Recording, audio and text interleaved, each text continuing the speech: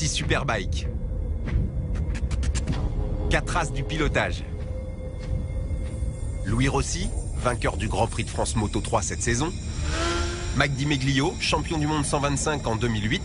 Randy Depugné, 118 départs en MotoGP, le meilleur pilote français actuel. Et enfin Philippe Monneray, notre pilote essayeur, ancien vainqueur des 24 heures du Mans.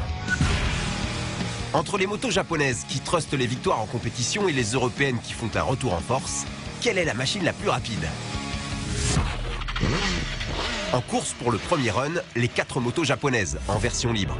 La Kawasaki ZX-10R, la Suzuki GSX-R 1000, la Honda 1000 CBR et la Yamaha R1. Par tirage au sort, Louis Rossi se retrouve sur la Kawasaki, Mike Di Meglio sur la Suzuki, Randy Depugné sur la Yamaha et Philippe Monneray sur la Honda.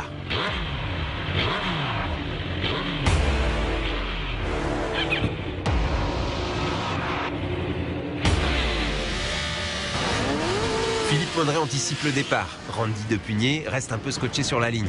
Comparé à une MotoGP, les rapports sont inversés. Il oublie de passer la 2. Allez-moi manger. Allez-moi manger.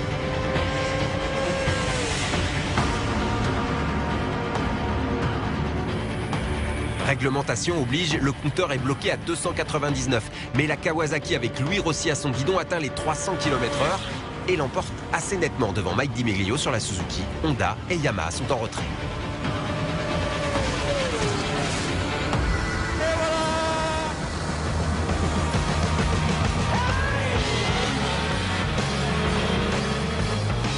La Honda, elle est pas trop mal, mais elle est inférieure.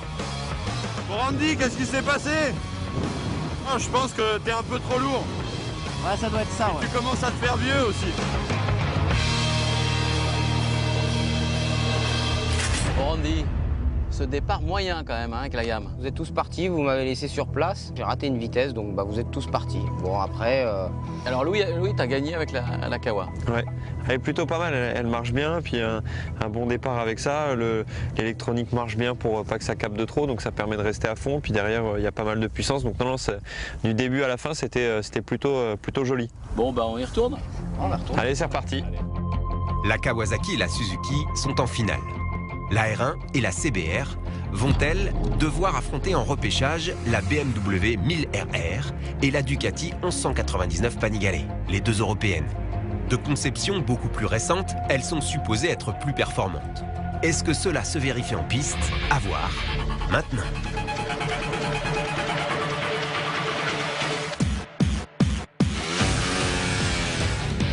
La Ducati se cabre et fait valoir d'entrée son caractère. Plus docile, la Yamaha cette fois attaque fort, mais Randy Depugné avec la 1000RR va très vite mettre tout le monde d'accord.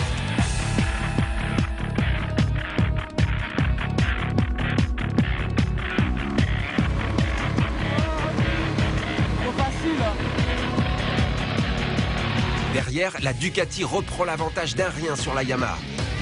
300 km/h tout rond, la BMW s'impose à une vitesse similaire à la Kawasaki.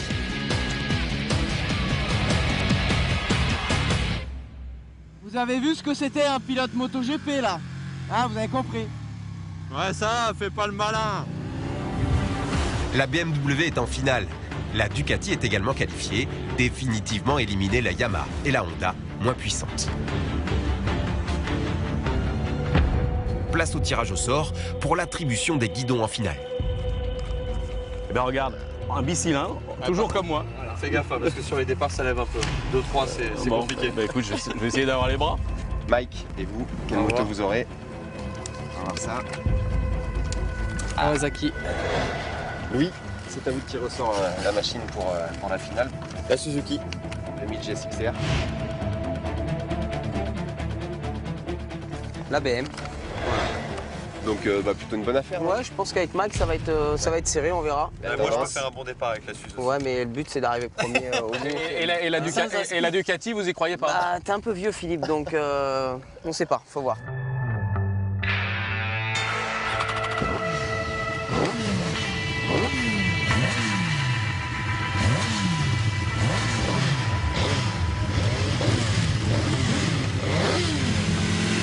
machines européennes contre 2 japonaises, c'est la finale rêvée.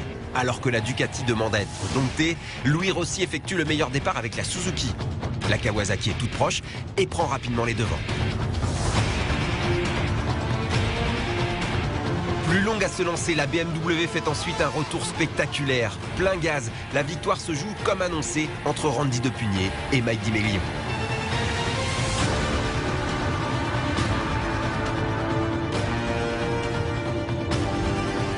Jusqu'à la ligne, la ZX10R chronométrée à 301 km/h résiste et s'impose d'une roue.